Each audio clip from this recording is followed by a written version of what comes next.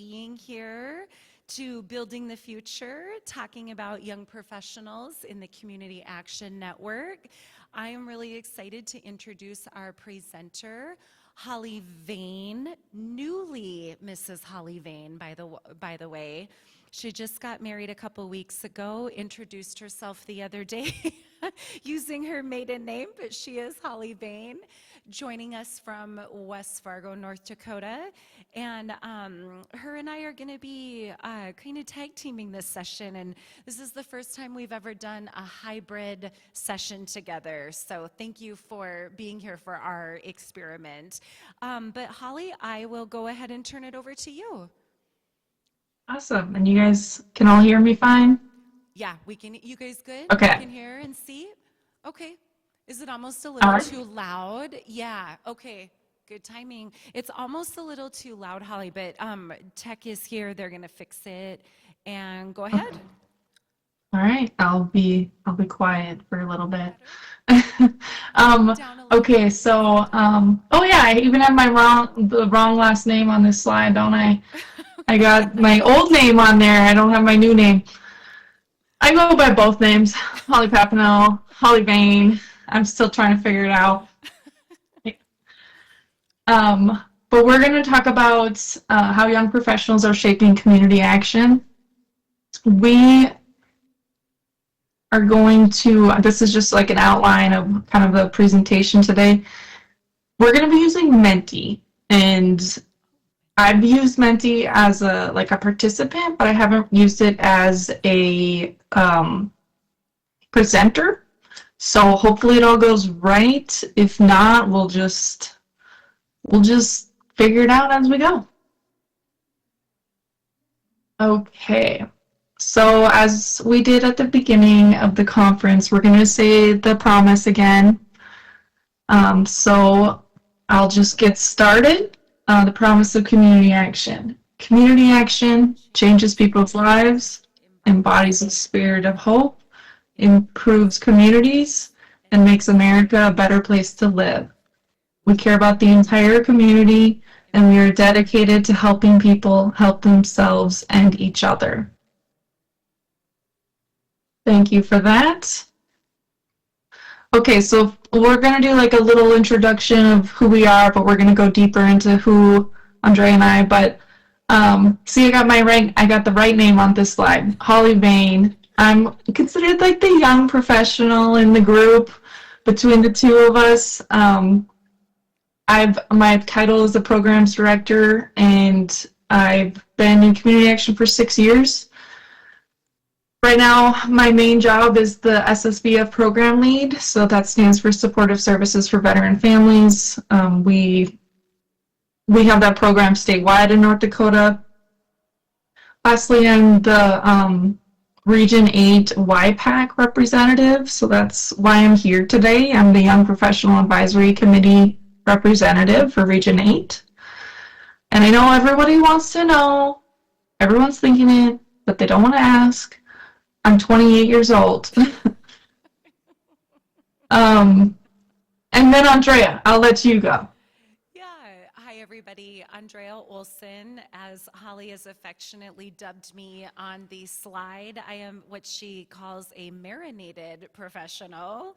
I'm the executive director at Community Action Partnership of North Dakota. So we're the state association in North Dakota. I have 17 years in the network, and I serve as the Region 8 RPIC lead. And I am much older than 28 years old. I am almost 46 years old. Yeah, we don't call them old professionals. That's awful. You guys are marinated professionals, okay? You're marinated in the knowledge. You've just been cooking longer, and we're all gonna get there eventually. The fellow Gen Xer in the room agrees with me. We're on the same page. We're vibing. We're good. We're good.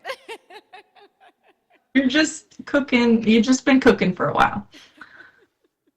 Okay, so now let's try this Menti. Oh, see, I did it myself here.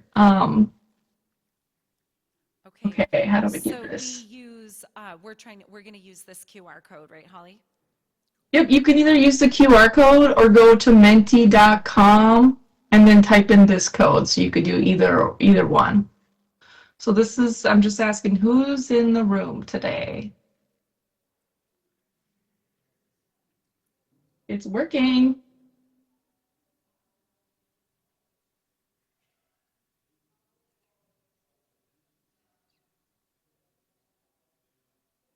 Oh, nice, Montana.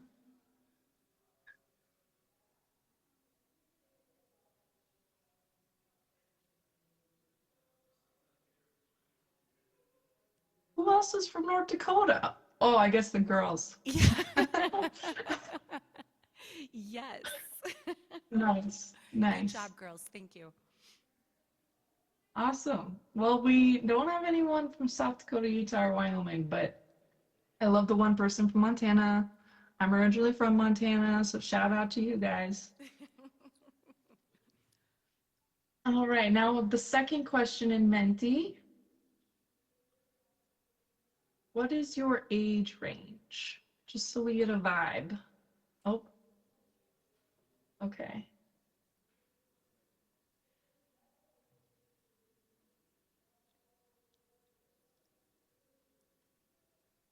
All right. Nice. So kind of a mixture. Oh, half and half. Okay, sweet. And we'll talk more about this age range here, like why did I choose these ages? But we'll talk about that. Okay, next is what best describes your role? Right.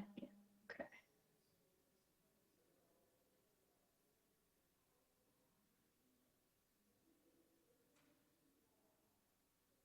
Oh, that's fun watching it change like that in real time. Mm-hmm.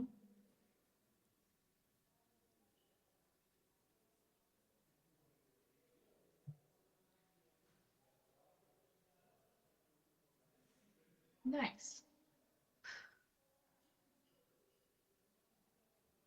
Does anyone, whoever's an other in the room, do you want to tell me what your role is? Are there It any might be others beside? Andrea's daughter. I Yeah. don't know.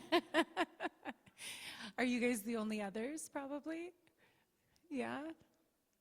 Young professionals, we went even younger. We hit the Yeah. 13 and 14-year-old demographic as well. Yeah. We You're are starting that committed way. to building future community action leaders. Yeah. I don't think there's any others in the room. Did we kind of capture it okay? Sounds Yeah, good. Yeah. yeah, I'm getting head shakes. So yeah, that's great. Yeah. Okay. And last Menti question for now. How long have you been in community action?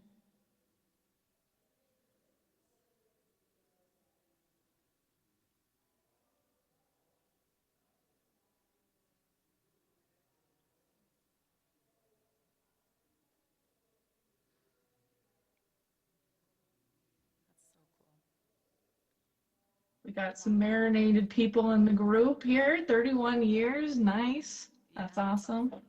31 plus. It's probably more. Awesome. Wow. Good smattering, but most of you guys are 1 to 3 years, so we're kind of new in community action. That's cool. All right, so let's get into it here. So what am I even doing here? Well, I wanted to talk about like how did I get to my current position that I'm in community action? Well, I first got involved because I needed to do volunteer hours in my sophomore year of undergrad at NDSU. And the first agency to pick up the phone and actually talk to me was the Community Action Agency. And I just was like, well, I'm going to go with it. So I went there and I volunteered for so many hours. And then after that, my senior year of undergrad for social work, we have to do internships for so many hours.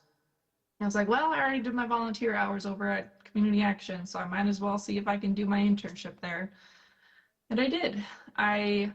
Funny thing, I have been I interned with the person who does the supportive services for veteran families program, the SSVF program.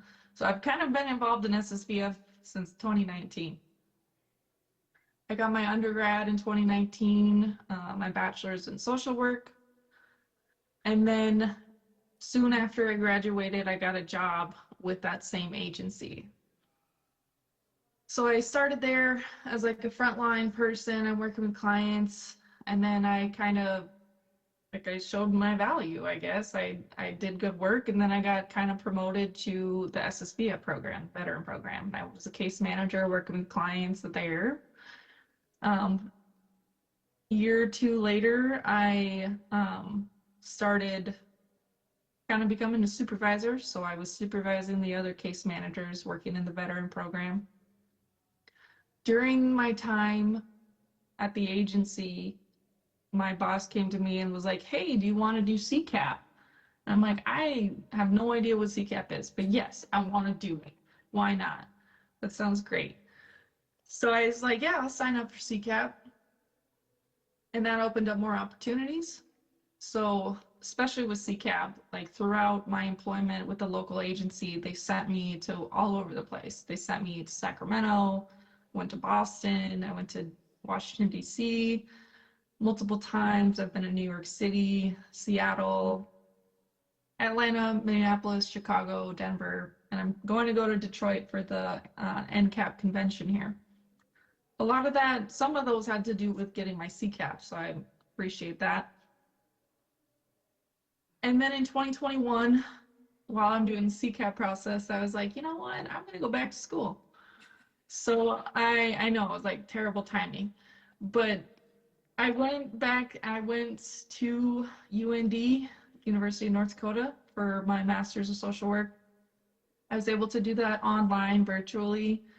So I got to continue doing my job at the local agency and then went to school virtually at night. And it's a 2-year program for my master's degree. So at the second year, I needed to do my second internship again. And so I'm like, this seems to work, so I'm just going to continue. I asked Andrea there, who's in the room with you, if I could do my internship with the state association, CAPND, because I've always been interested in like the macro social work, like the big picture type of work. And she agreed. We decided she's wanted me to do my internship there, and my agency, the local agency I was working for, was nice enough and flexible to allow me to do 1 day of internship a week. So on Thursdays, I was an intern. Every other day, I was working for the agency. So near the end of my graduate degree, which is about 2023, CAPND, State Association, Andrea, she opened up a new position. I applied because I liked what it sounds like, and I got the job. So throughout this whole time, and I've had the job, I've been with the state association since 2023, so it's been 2 years now.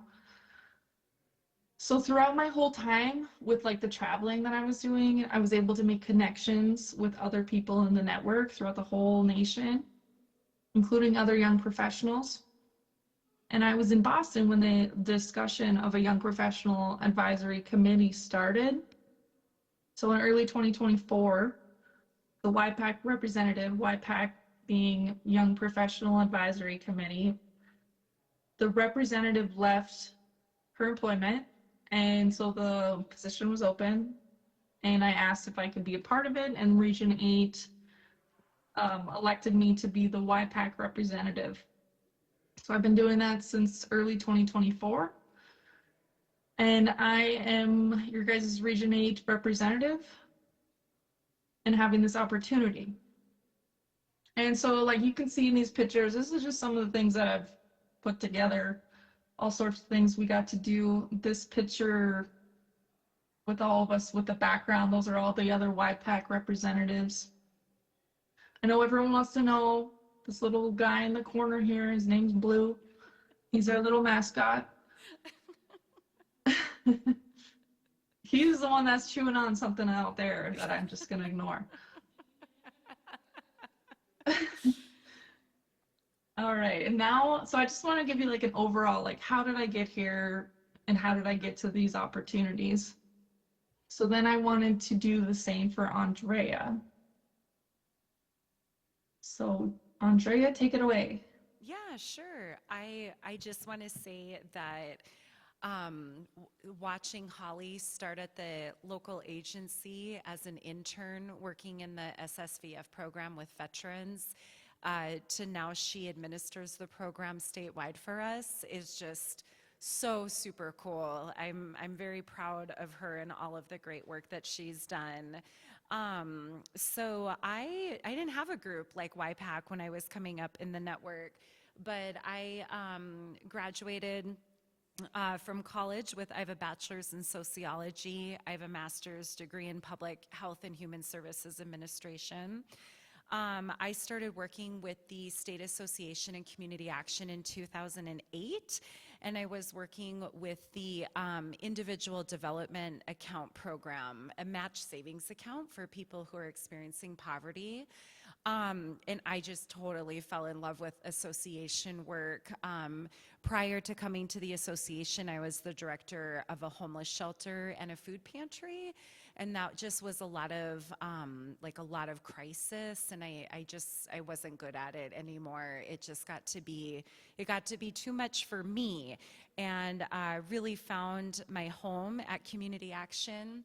Like I said, I never had the formal YPAC opportunity, but when I was doing things like becoming a Roma trainer, when I was becoming a Roma implementer, when I was getting my own CCAP, my Certified Community Action Professional, that's really when like I found my people within the network, the people that I bond with, that I've worked very well with.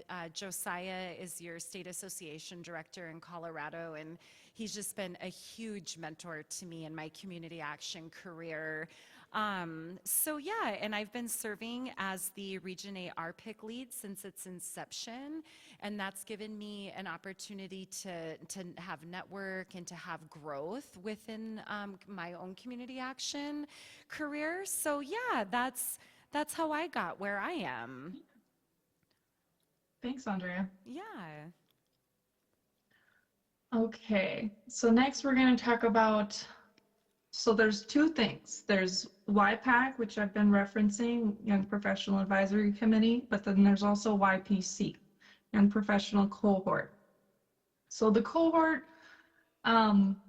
serves like kind of as a platform for young professionals in community action. So it's just like a place for all of us young professionals to get together, exchange information, support each other.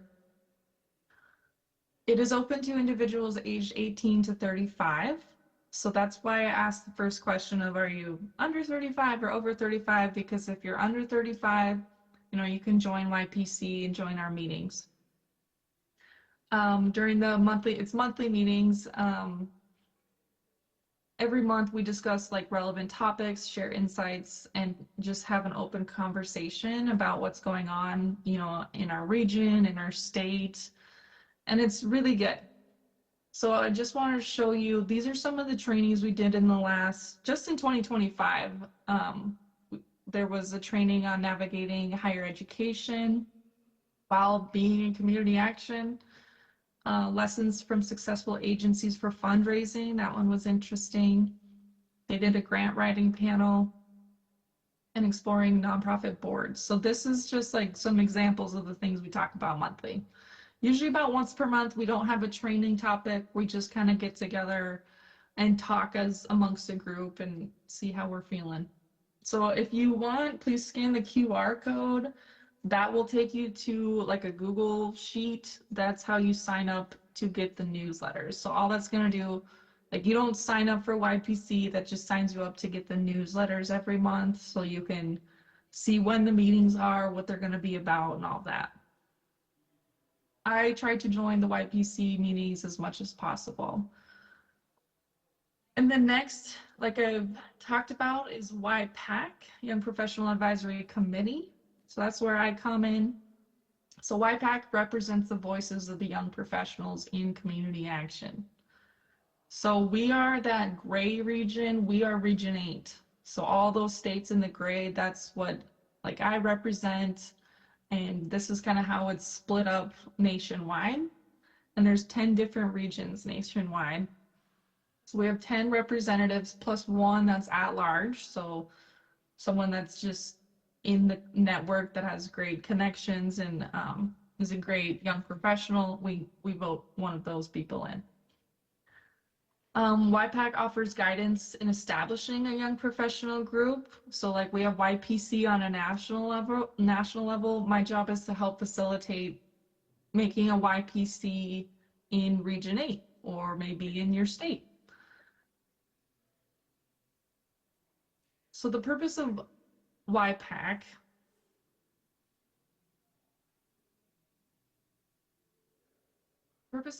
is to facilitate structured feedback from other young professionals. Our job is to advise the NCAP board. So these states you see on the screen with all the 10 regions, they have their own representative. The Region 8 representative for us is Willie Soderholm. He's an executive director in Minot, North Dakota. So YPAC advises that board about issues and successes of young professionals. We try to establish trainings and networks to build experts to become leaders. We want to raise awareness of community action career pathways, and we want to elevate the voices of other young professionals. So we'll come back to YPAC, but I just wanted to put a plug out there for the national convention. It's in Detroit, August 27th, 28th, 29th. Hopefully some of you guys are going to be there. I will be doing some of these breakout sessions. I'm doing the Forging the Fellowship session and also the Rising Leaders Stronger Agencies breakout sessions. So if you want to see more of me, just come on down. It's going to be great. But all four of these trainings are led by either YPC or YPAC. And so we're trying to get more and more breakout sessions at the national convention. We're also going to be doing a reception. So after hours, we're going to go out and have some fun and get to know each other. So more to come. If you come to Detroit, let me know. Let's hook up and hang out. And then I'm going to put a plug in there for CCAP. We already talked about it a little bit. But CCAP for young professionals especially is nice and important. So I was privileged enough to do CCAP in 2022. So you study the history of community action. You go through a thorough body of knowledge that demonstrates the principles of community action. At the end, there's a test. There's a multiple choice and written test. And then after that, there's a written assignment. And there are a lot of benefits to completing CCAP as a young professional. CCAPs gain a better understanding of the history and philosophy of community action. So by doing the CCAP process, young professionals, gain a comprehensive understanding, which develops more skills for themselves, which positions themselves for success in community action. Professional development, a CCAP certification can enhance career prospects by demonstrating expertise and the commitment, because it's kind of a big commitment. So if you can commit and complete your CCAP, that shows your commitment to community action. This is also how I started networking, getting to know people. This is how I got to meet the other YPAC people, YPC people, because I was in Boston for learning the CCAP process, and that's how I kind of got involved in all this. So CCAPs started me and got me to meeting some of the other awesome people in YPAC. Next, it's a long-term investment. So it shows career advancement. It can unlock new opportunities and maybe accelerate promotions or maybe lead to a higher paying job. It demonstrates that you're an expert in the field. So And then it's also flexible. That's another great thing that CCAP offers is like you don't have to complete it in the first year. You can complete it in 1 year, 2 years, or up to 3 years. So if you're busy, like things come up, I can't get it done this year, well, you got 3 years to complete it. And like my organization, when I worked at the agency, when I got my CCAP, they allowed me to attend some um, CCAP prep exams, like our prep courses and our learning group. So what was it, every other week or so, we met with Charles McCann to do our, and he was teaching us through the process. It's much more beneficial if you do have like a study group to do it with. But all that is to say, doing CCAP as a young professional will put you further ahead than your peers if they don't do CCAP.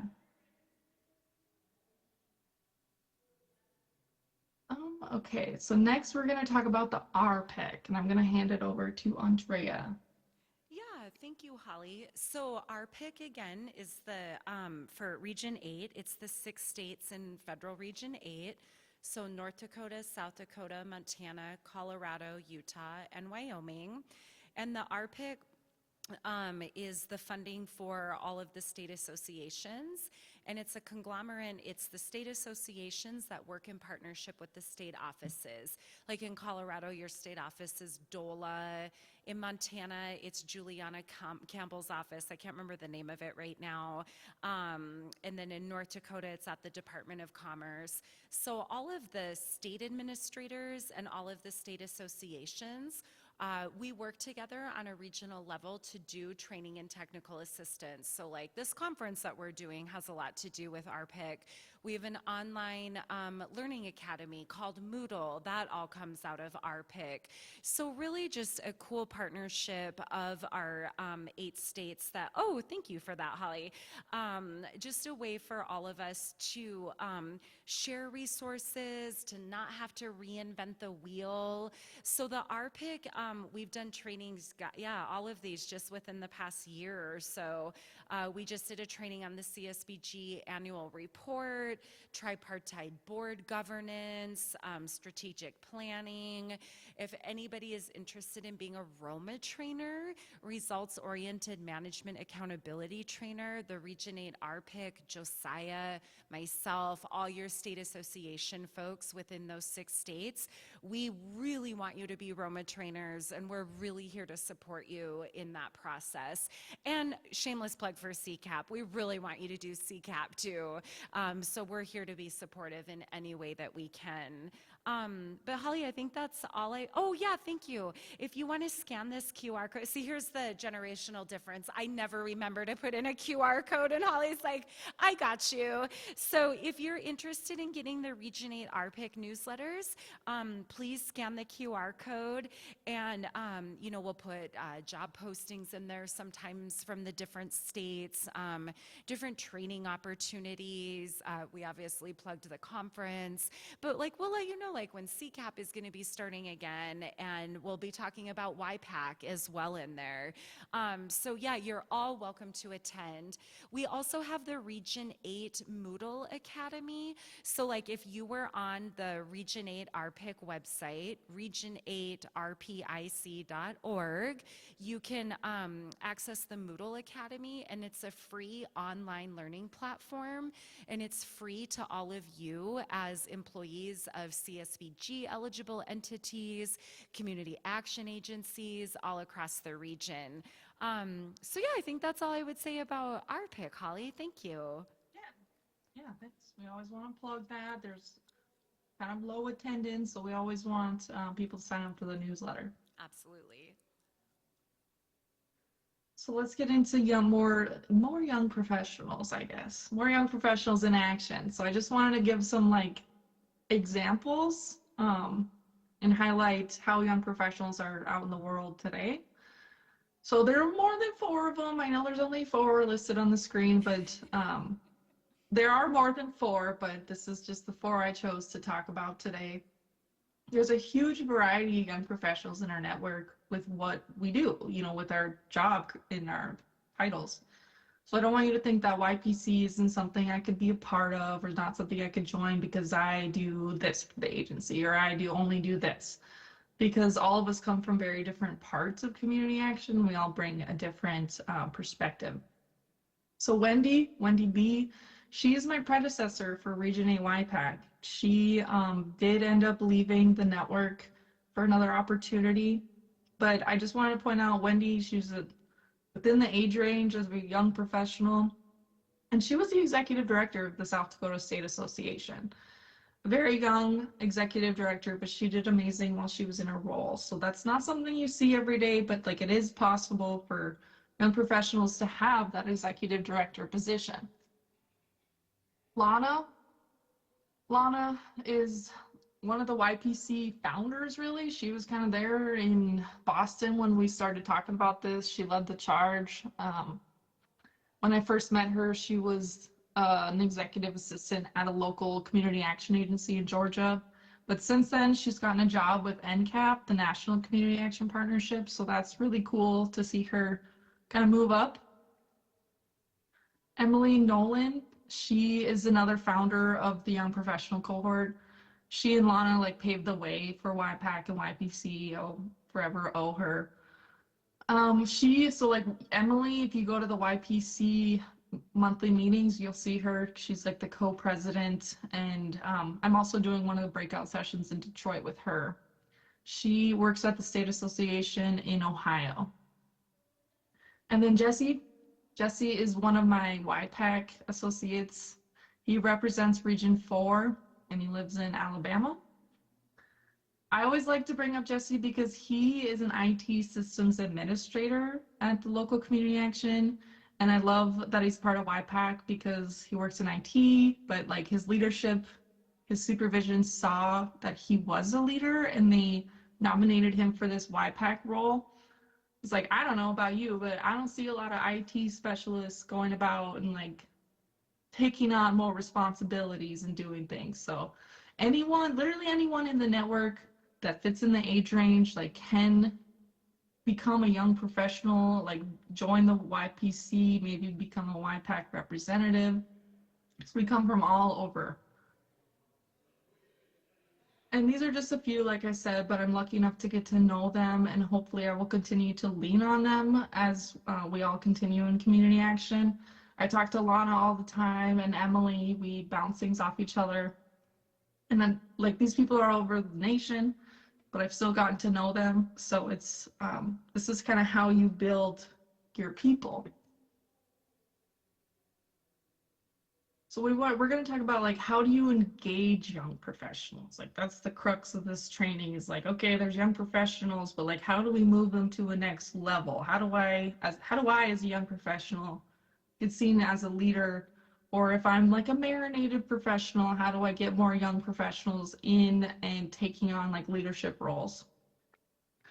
So like, does your agency think about career paths for the younger generation? Because a young professional who feels valued in their agency will be much more likely to stay in the organization. They want to feel invested in, which might be sending them to trainings so they can grow their knowledge. That might be joining a group like YPC. And has your agency thought of upward mobility for young professionals? So not only just hiring them, but what's the plan to getting them up the chain? Do you have a plan? Do you not think about those things? Because this is foundational. Young professionals are highly motivated by opportunities, like I've talked about in the beginning. If I had an opportunity like CCAP, I took it. Like I didn't know what I was doing, but I'm not going to say no. I'm not going to say no to an opportunity because then the next time an opportunity comes up, I might not be asked because I said no the first time. It's not just about leadership training, but also like tailored development plan. So like identifying career paths within community action, like a case manager to a program director to an agency director. Like that's like the career path I'm talking about. Cross-departmental projects can also be valuable and expose young professionals to other parts of the job that can build skills and foster leadership. agencies like NCAP, National Community Action Partnership, they offer like leadership academies. There's a management leadership conference they do every year. There's some other, I can't remember exactly what it's called, but I did a emerging leaders training with NCAP. So like if you're someone higher up the chain in your agency, I would start thinking about these things like who on the front line would be good to start like cultivating leadership from them. Like um, they show promises. They if they were given the right tools, they could be great leaders. So it's time to start thinking about how do we develop young aspiring leaders. So we're gonna do our next Menti. So if you could go back to your phone or whatever you were doing Menti on. What is one skill you wish your agency offered training for that would help you grow?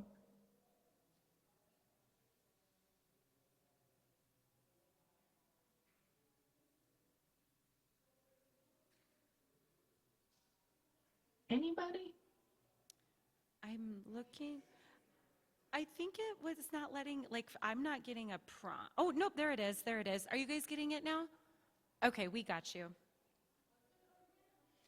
The code is 2352 3372.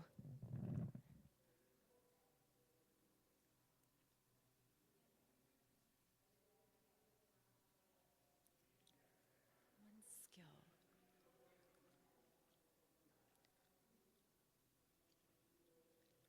Well, we got one person who wants to learn about grant writing. That's great. That's a great skill to learn. Leadership, yep.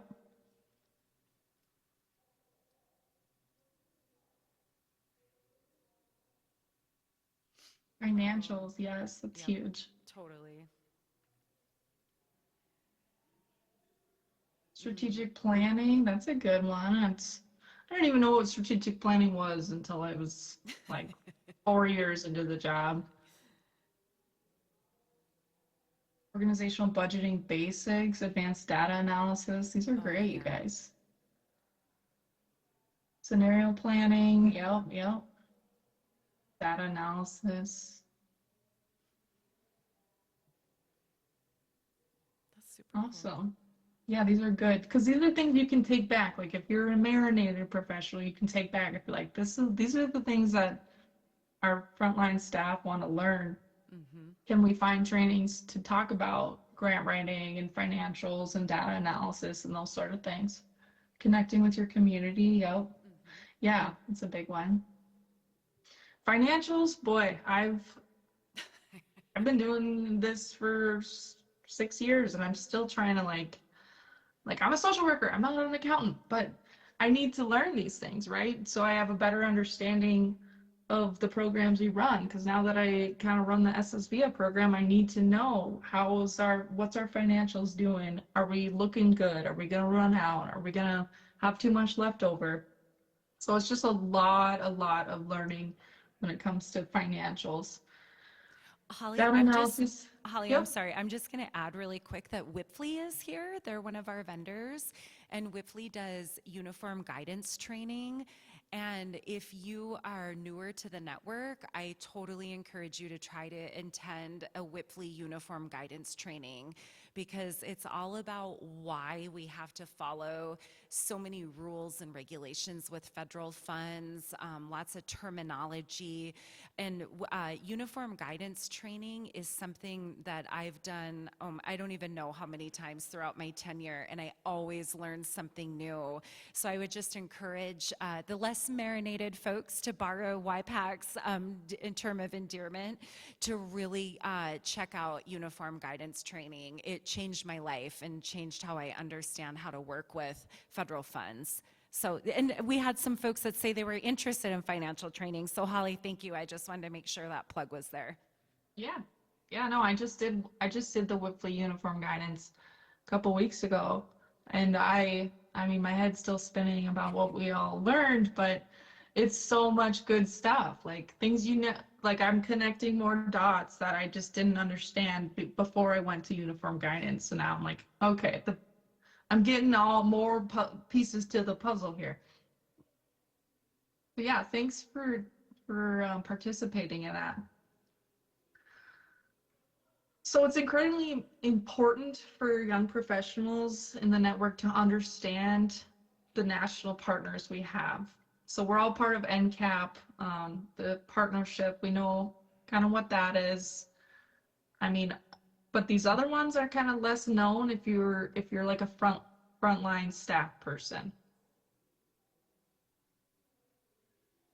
While local agencies do great work and critical work, our national partners kind of connect us all together in the broader like anti-poverty movement. So young professionals learn how, their daily efforts contribute to a larger nationwide strategy, which reinforces the significance of their work. Like I remember coming home from like my first ever national partnership conference. My mind was just blown because I got the bigger picture. Things are coming together and it's starting to make sense. Like why we do things the way we do. It all matters on a national level. So we talked about NCAP. They provide training and their focus is the community action vision. But then we have NCAF, the National Community Action Foundation. That you heard from David Bradley today. He's our fearless leader at NCAF. He gives us updates on what's going on in DC, which right now is very important. CAP Law, that is the legal and governance guidance from CAP Law provides legal compliance and advice to any of the community action agencies in the nation that pay their dues. So that's a great resource to get to learn and get to know. And then NASCAS, oh boy, National Association of State Community Services Programs. You right? got it. Those are the folks that work with all of our state offices. So, in Colorado, it's DOLA. DOLA's has to follow NASCASP. They get into their training and their technical assistance, but they also work really closely with state associations. So that's who NASCASP is. And just like today, we heard from Taylor from National Community Action Partnership. That's who that was. David Bradley was NCAF. Savannah was the one from Maine. She's CAPLA. And then Cheryl Williams just got her CCAP, and she's the director of NASCASP. Side note, she also finds that acronym to be very tough to pronounce.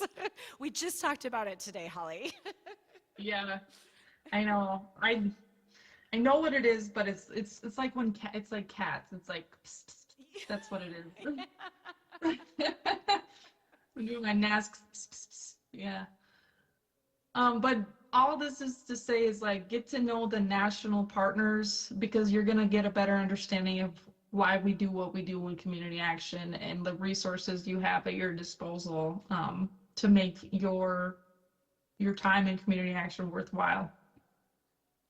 Another thing that's important for community or for young professionals to get involved in is board meetings. So like observing board meetings kind of provides young professionals insights on strategic planning, financial oversight, the governance of the board, and the overall operations of a nonprofit. So it kind of demystifies the behind the scenes work. And so you can have a powerful learning experience. Agencies should and could consider inviting young professionals to attend as a non-voting observer. Board meetings are public meetings, so everyone can be at the board meeting. No, that's not always maybe that hasn't been told to everybody, but it is public meeting, so you have the right to be there. And when I started going to the CAP&D board meetings, like I started getting a better understanding of what, well, this is why the executive director thinks this way versus why, my supervisor in the self-sufficiency program thinks this way. it just kind of reframed our priorities and why they ask the things they do and why what their bottom line is. Another thing, we talked about a lot of these, but there's a lot of professional certifications out there. So like when I got my CCAP, I mean, I think it gave me a leg up. That's like, I have these 4 letters at the end of my name. That's awesome. But there's other certifications and trainings you can do. Andrea talked about ROMA, results-oriented management and accountability. She's a national certified ROMA trainer and a national certified ROMA implementer. So you can get those fun letters after your name if you go through that process. There's CSBG training that's important to learn if you want to learn more about the annual report. That's a whole beast. I advise learning about the annual report for CSBG. All of you guys have a state association. Your state association, their job is to provide training and technical assistance.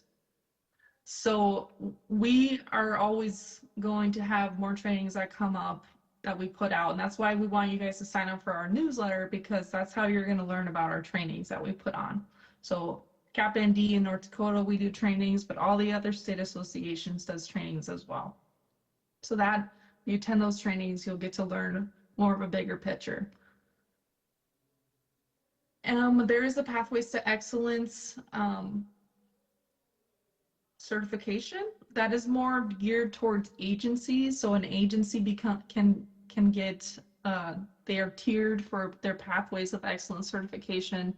So it starts with bronze and then silver, gold, and platinum. So that's kind of a bigger thing, but your whole agency is involved in the Pathways to Excellence program. That's just it reflects best practices in high-performing community action agencies, and it helps the agencies with continuous quality improvement and ensures long-term sustainability. So if young professionals have the opportunity, they should be a part of their Pathways to Excellence journey, so then you can get a better understanding of the bigger picture of what your agency's up to. Another thing that young professionals can do is stay informed. Well, a lot of information is always coming at us, but when I get those newsletters that come up in my email with all the other emails, I do peruse it for a bit. I look and I'm like, oh, well, NCAP is doing this. NCAF has this going on. CapLaw, they have a conference. So staying informed is a simple but effective way of staying connected in the network. That's how you can learn best practices, funding opportunities, and it's all about building a culture of continuous learning and staying current in our field. So another mentee question. How do you primarily stay informed about community action news?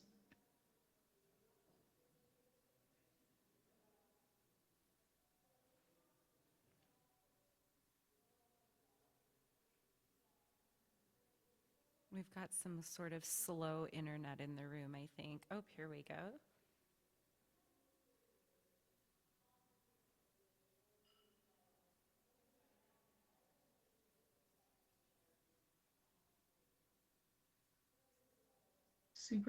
Supervisors, newsletters.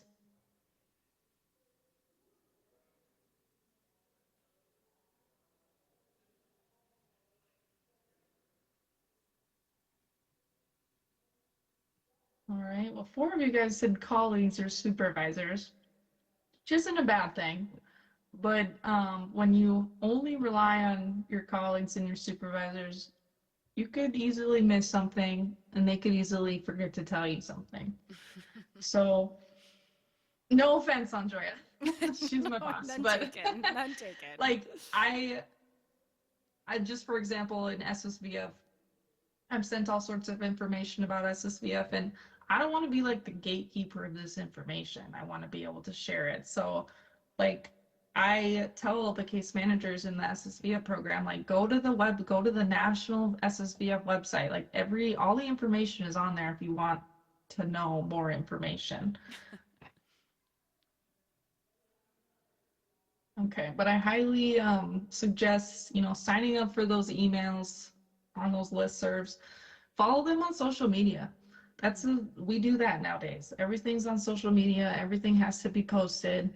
So I bet you if you start following them, you're gonna start seeing some more posts. So like we have shameless plug. We have CapND. We got Facebook, Twitter. Um,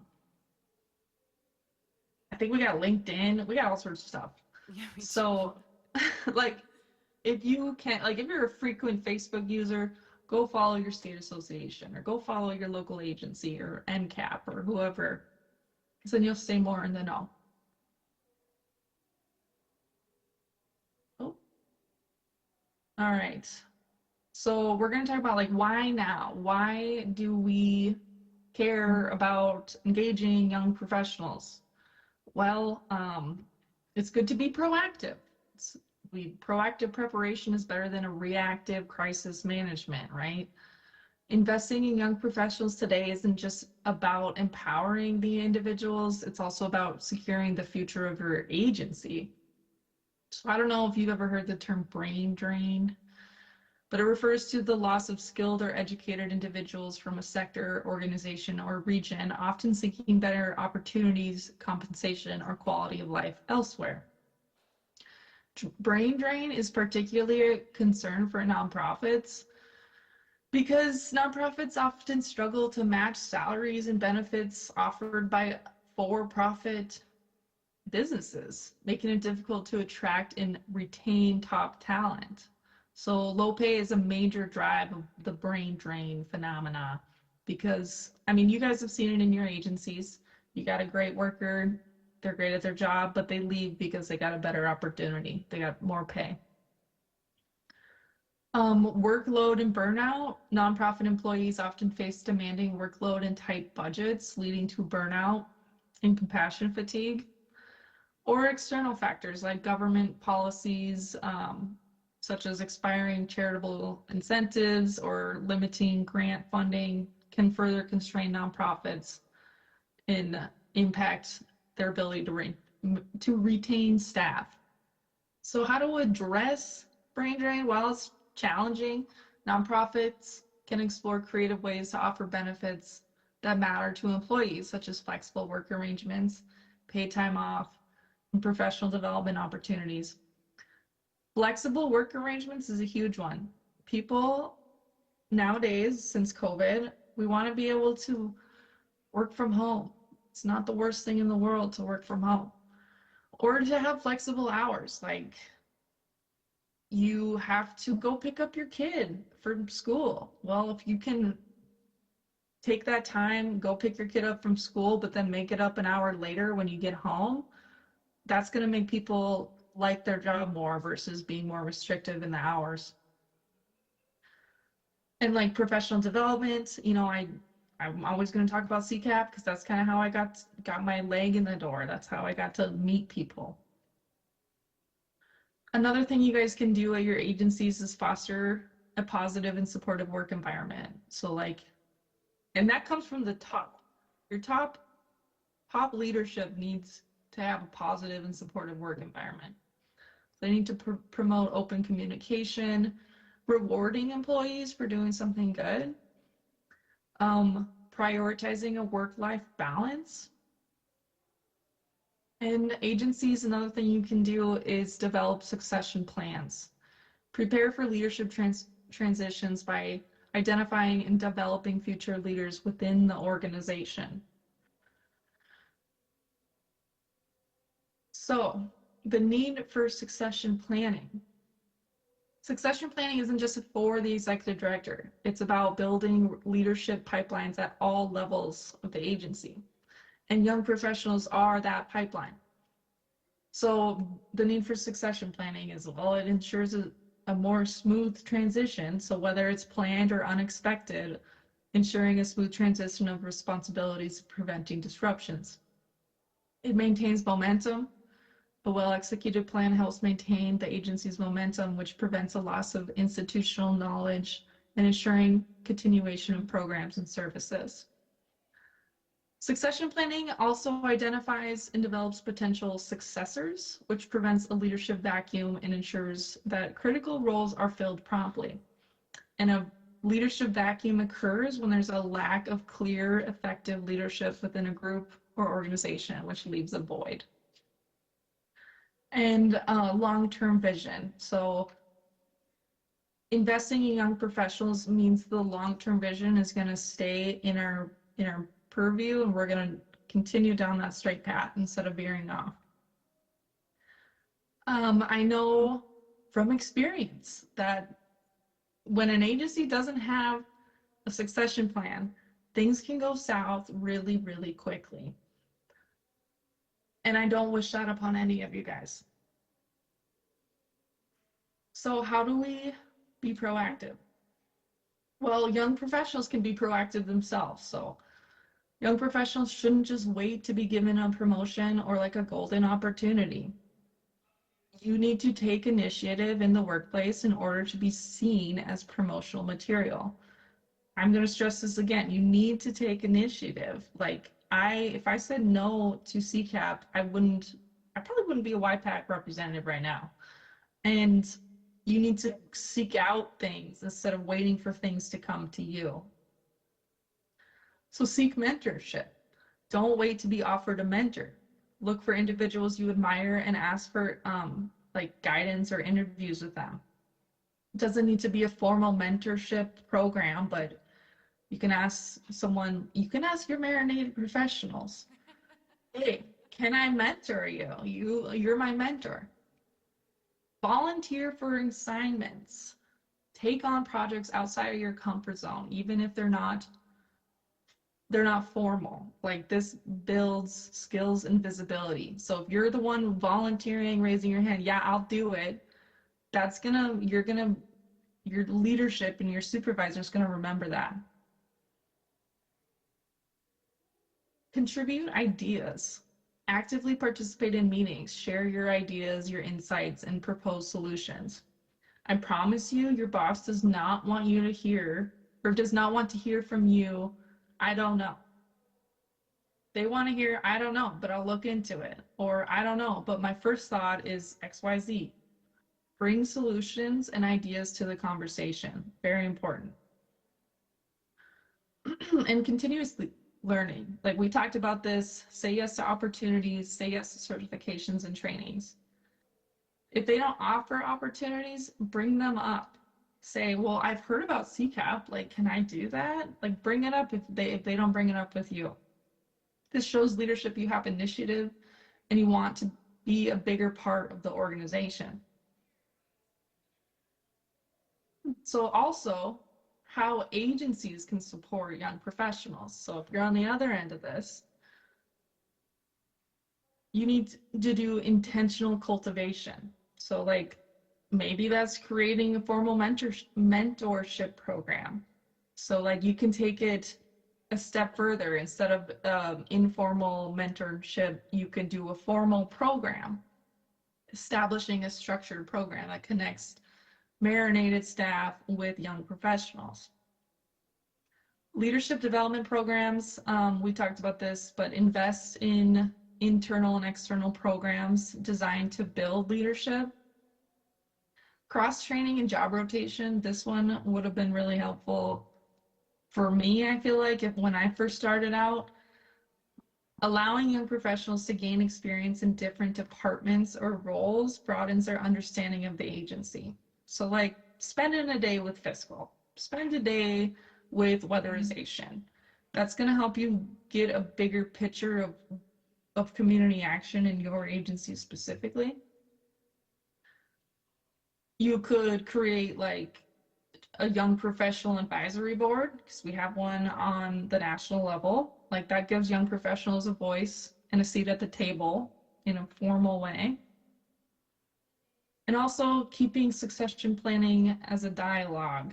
Make sure succession planning is an open conversation where potential leaders are identified, nurtured, and prepared. So don't talk about succession planning in a vacuum. Maybe there's people in your agency that want to take on a leadership role that you never even would have thought of. But you need to bring that to the table so that they have the opportunity to take that on. Okay. Okay, another mentee. I think this is one of our last ones here. So after all that we talked about, what is one action your agency could take in the next month to foster young leadership?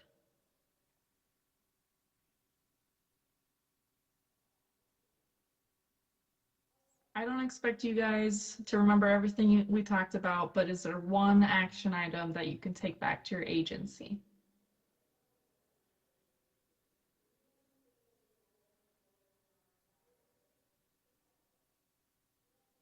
CCAP, yeah, I said it enough, right?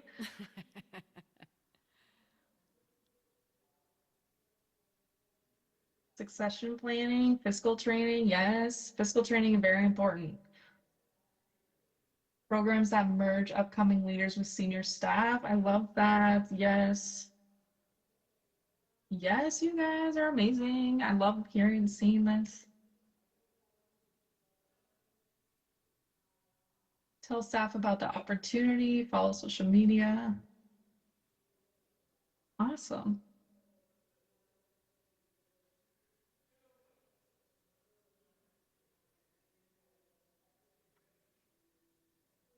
Be your own advocate for growth. Yes, exactly. If it's not happening at your agency, be the advocate yourself. Be that voice to say, hey, I'm looking for things to do. I want to become a leader in this organization. What can I do to get there?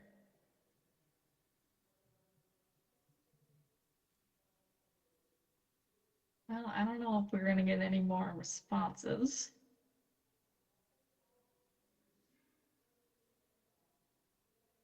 There's a lot of training opportunities. Yeah, there is a lot. If you get the NCAP newsletters, oh my gosh, you're like, holy crap, how do they do all of this? There's just so many.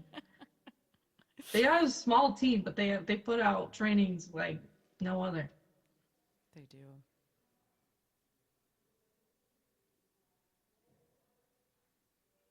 All right. Well, let's move on. So as we come to a conclude on our session, I want to leave you with this quote by Sir Isaac Newton. I've seen further than others. It is by standing upon the shoulders of giants. In community action, we understand this truth. Every single program and every life changed, every barrier broken down, everything we've talked about today stands on the foundation laid by the leaders who came before us. So those pioneers and those visionary leaders, those are our giants. But their legacy isn't just about looking back. Their work empowers us to look forward. We need to not just stand on their shoulders, but we need to keep rising the bar. Our future is being built by young professionals, alongside the wisdom and guidance of our experienced leaders, our marinated professionals. It's built through a commitment to developing new leaders at every level of our agency. So as you leave this session, I challenge each of you, whether you're a young professional or marinated professional, to reflect on what rising the bar means to you and your agency. Thank you for being a part of this conversation. We're the architects of the future, standing proudly on the shoulder of giants, and let's keep raising the bar together. So now that we've had this conversation, I want to circle back to YPAC and YPC. One part of my job as a YPAC representative is to facilitate the creation of a young professional cohort in my region. Either like a regional YPC with all of the states, or maybe a state YPC, so just Colorado Young Professional Cohort, which is happening in other parts of the United States. So I actually have one more mentee. I apologize, I lied. I got one more mentee. Are you, okay, some people already answered. Are you interested in the state or regional young professional cohort?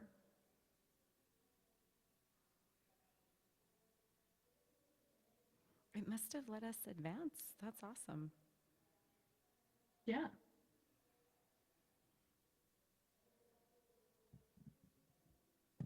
Yay, look at all those yeses. Yay. I love it. So, Holly, the best way for folks to get connected would be to email you, Yep. to It would just be to snap email at me. you.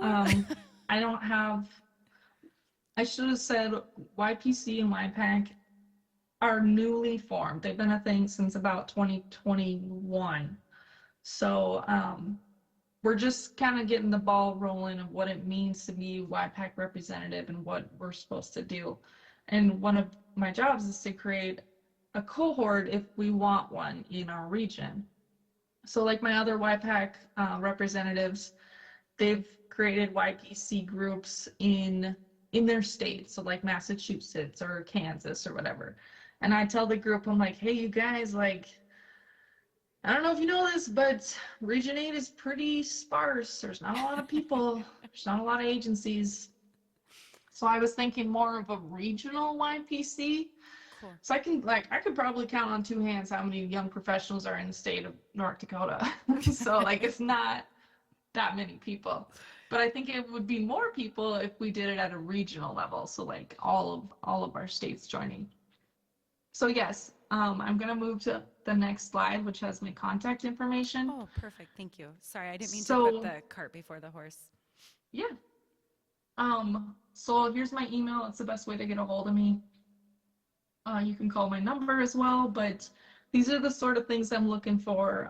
Either, I don't know, email me, whatever you want to email me, but you could provide feedback, share ideas, learn and grow. I just want to make sure my name is out there so you guys know you can contact me, email me or whatever. If you have any issues, you got questions, you got concerns, you got something great to share. Well, I'm here to listen. So this is my last slide. I just want to say thank you guys for letting me be here. I hope you all have a great night in Colorado. Is there any questions or comments from the group? Probably not. It's the last session of the day. They're like, no. That's super fair. But no, Holly, thank you. Holly's on Central Time, so she's an hour ahead of us.